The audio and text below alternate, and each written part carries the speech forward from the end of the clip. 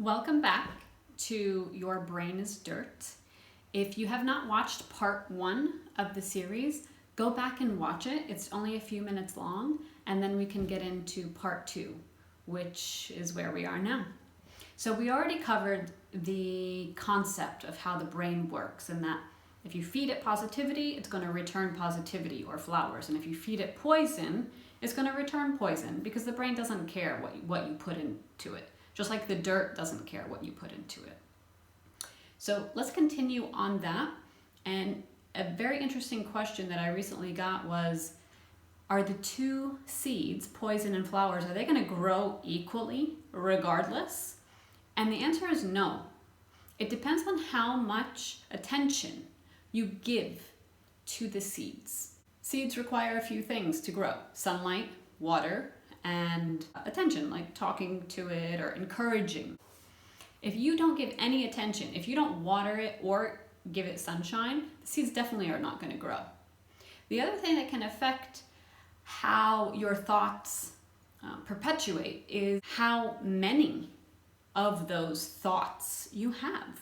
If you, let's say, have a lot of positive thoughts, but you only have very, very limited negative thoughts, then you have a higher chance of having a generally happier, more positive outlook on life, because that's what you have more of in your brain.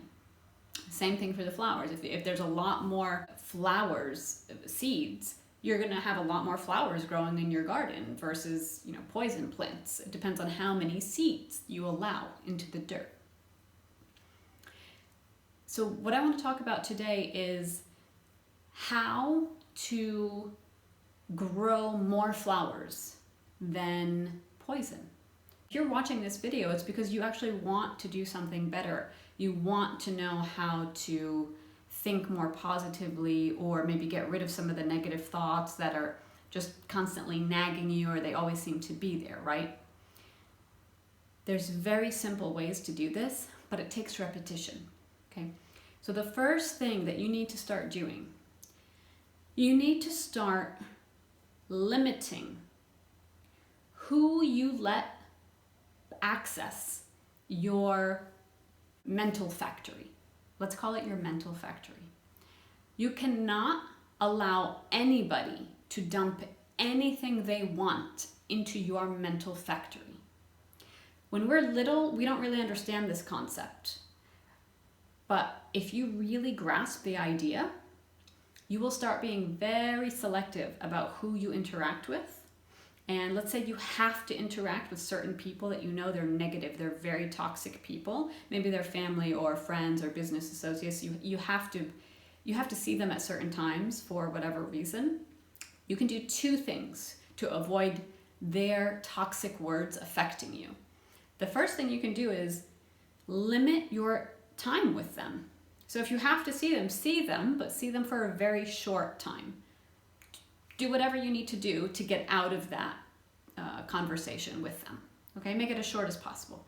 The second thing you want to do while you're having a conversation with them is you want to put on a type of mental filter. So anything they say does not go into your brain. You have to actually picture putting a filter on your brain, and what they say, you're going to decide if you're going to let it in or not. And if you don't like what they're saying, or you think that this is not a good thought, this is not going to do me any good, this is a destructive or a toxic thought, then you don't let it in, and then you end the conversation early. So 2 very, very simple tips to stop letting those negative thoughts in. Do not let anybody dump whatever they want into your brain. It's your brain. You decide what goes in. The second thing you need to do is you need to constantly be pulling out the weeds. So again, garden metaphor. What happens for those of you that have a garden, or even a plant in a pot? What happens if let's say you water it and it's in the sun and the plant is growing, but that's all you do? Are the weeds going to grow? Yeah. The weeds are going to grow if you ignore it for a week, 2 weeks, weeds are going to start growing. Weeds are always going to grow. So what you have to do is you have to constantly go back in and pull out those weeds. And it's the same thing you have to do with your thoughts. So we're going to have negative thoughts that come up from time to time, whether it's because of things that happened in our childhood, something somebody told us last week, something we heard somebody else we overheard somebody saying something about ourselves. Whatever the case may be, we're always going to have some type of negative thoughts because it's normal. It's totally normal. But what's important is that we are constantly removing them. We're constantly recognizing them and getting rid of them, because that's what's going to keep a beautiful, healthy garden full of flowers and not weeds. Now, a lot of people say, well, how do I know when I'm having a negative thought? Because sometimes I don't even realize it. This is a very common issue, and it is because a lot of people have these thoughts that have been with them since childhood, where it's become such an ingrained habit in their brain that you might not even realize it's happening anymore. It's just something that you always think.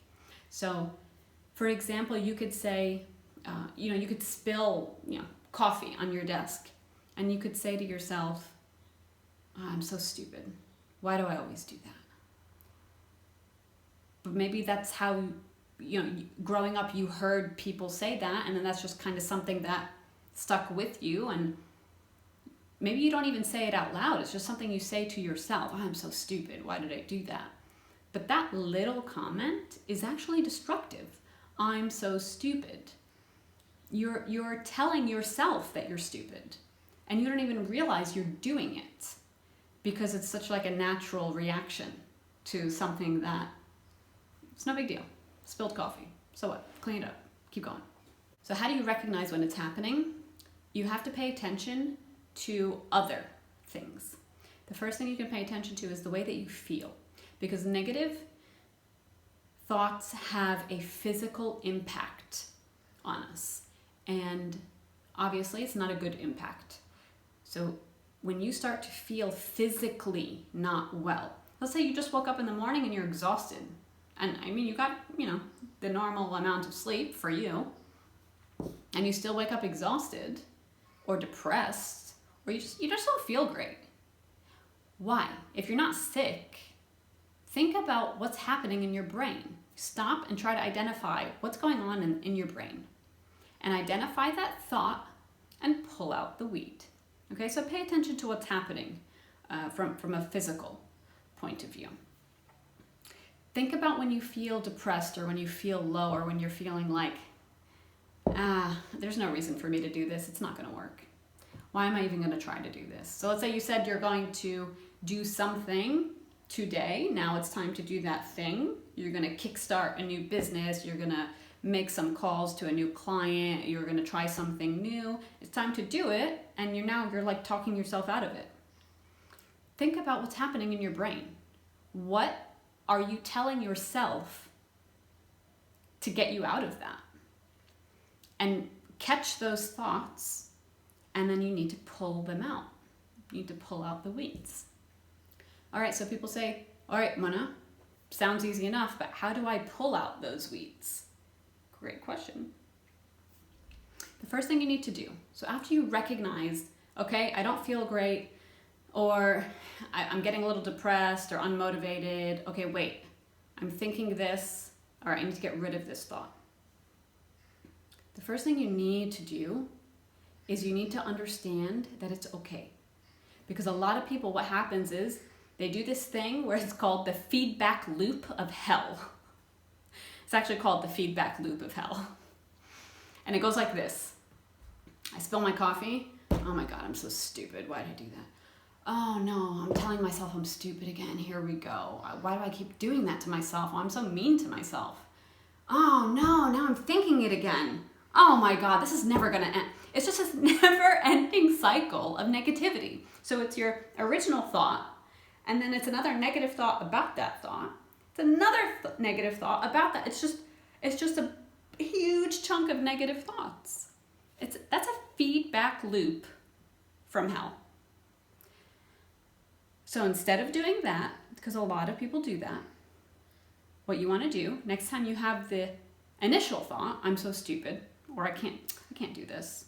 This is never going to work. Whatever that thought is, stop it. Stop the thought right there and recognize that it's okay to have that thought in the first place. That's step one. Be okay with it.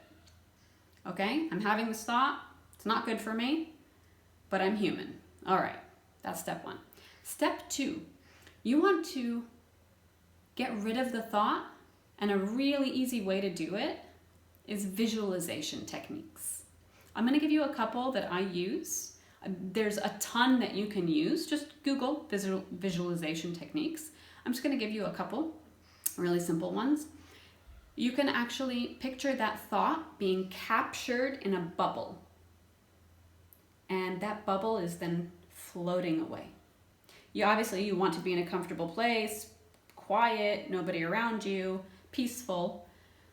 And you need to close your eyes, and you need to physically see that thought, or visually see that thought being captured in a bubble, and the bubble is flying away. And you need to do this repeatedly, because that thought is not just going to go away like that. It'd be nice if it did. It's not going to. So the thought is going to come back, or a version of that thought, or another negative thought. You keep doing that. Those thoughts that are no good for you, they're captured in a bubble and they're floating away.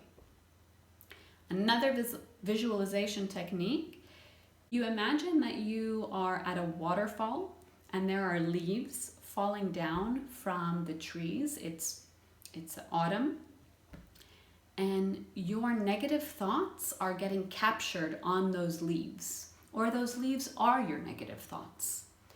And as you have the negative thoughts, or the toxic, destructive thoughts, they're getting captured on the leaves, and the leaves are floating in the river and getting swept away by that waterfall, nonstop. So these are two very simple visualization techniques. I like to use them. They work for me, but again, you could find a lot online, and use whatever ones work for you. The most important aspect of this is that you get rid of your negative thoughts, but you have to constantly do this, remember. Okay, and it's very important to keep in mind that just because you're successful in getting rid of certain negative thoughts doesn't mean that you're never going to have any other negative thoughts. You will, but it really depends on how consistently you recognize it's okay that I'm having these thoughts, and you use these techniques to constantly get rid of them. And remember, do not let anybody put anything they want into your mental factory. It is your brain. You decide what goes in, because whatever you put in is going to be multiplied 1,000 times, if not more. If you like this video, please consider subscribing to my channel.